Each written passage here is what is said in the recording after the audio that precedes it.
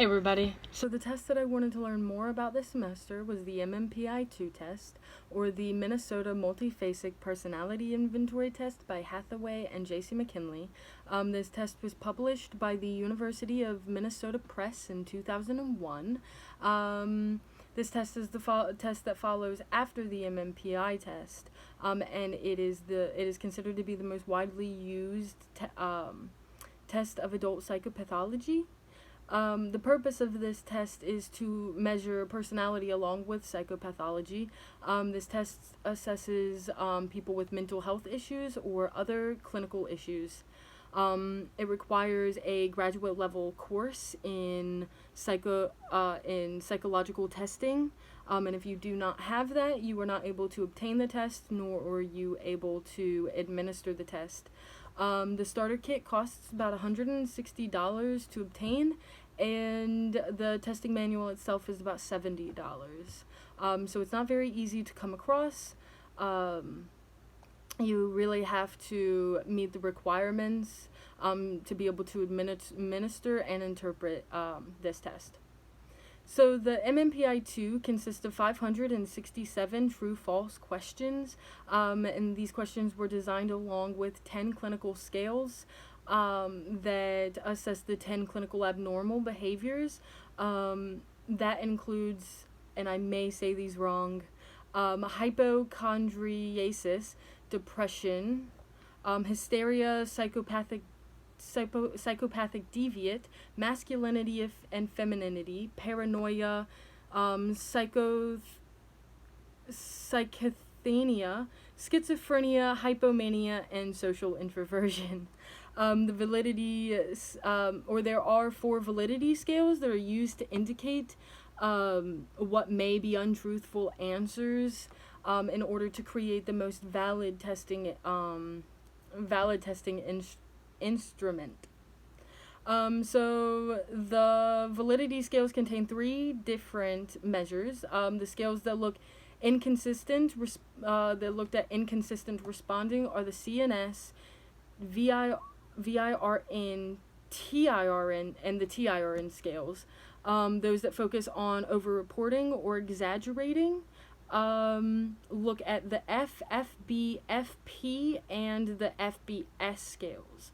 Lastly, the scales that look at underreporting or the downplaying of symptoms responses are the L, K, and S scales.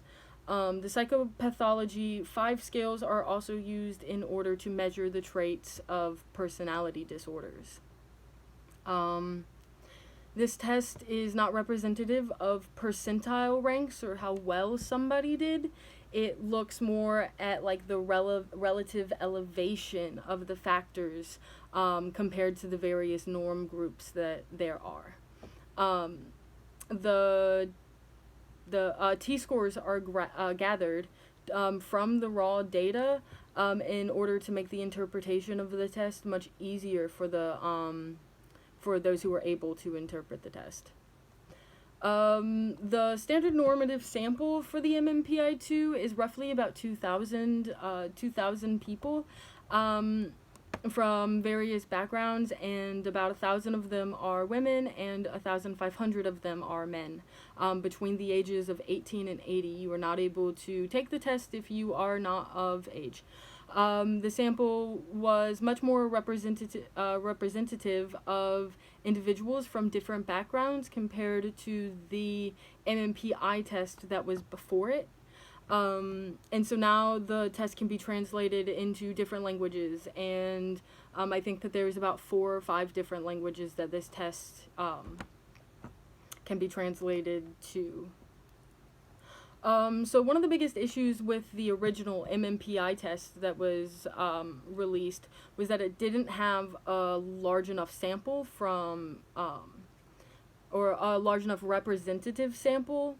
And so that was considered to be the thing that made it the most unreliable, and that's why it had a lot of validity issues. The MMPI-2 was revised to fix some of these issues. So one of the strengths to this test is that that it has been revised in order to gather a more representative sample, increasing its validity. And then there are also several format options, which includes the original pencil and paper, computer, and it's even in a CD recording that you can listen to, and in case if somebody needs something like that. One of the weaknesses to the test is that it is expensive, and it is only limited to trained professionals that are able to administer and interpret the test. That means that it's not very easy to come by. And it also takes about an hour or two to complete, and that's just depending on your reading comprehension skills or abilities. So it may take even longer. It has been stated that the MMPI-2 restructured form, which is the test that was released after the MMPI-2, that was released to make it easier for clinical counselors to interpret the results from the MMPI-2.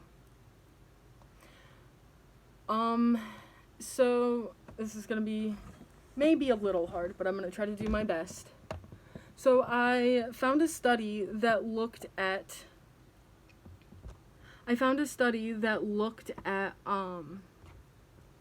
how the psychological scales of the MMPI-2 test is represented in comparison to testing anxiety.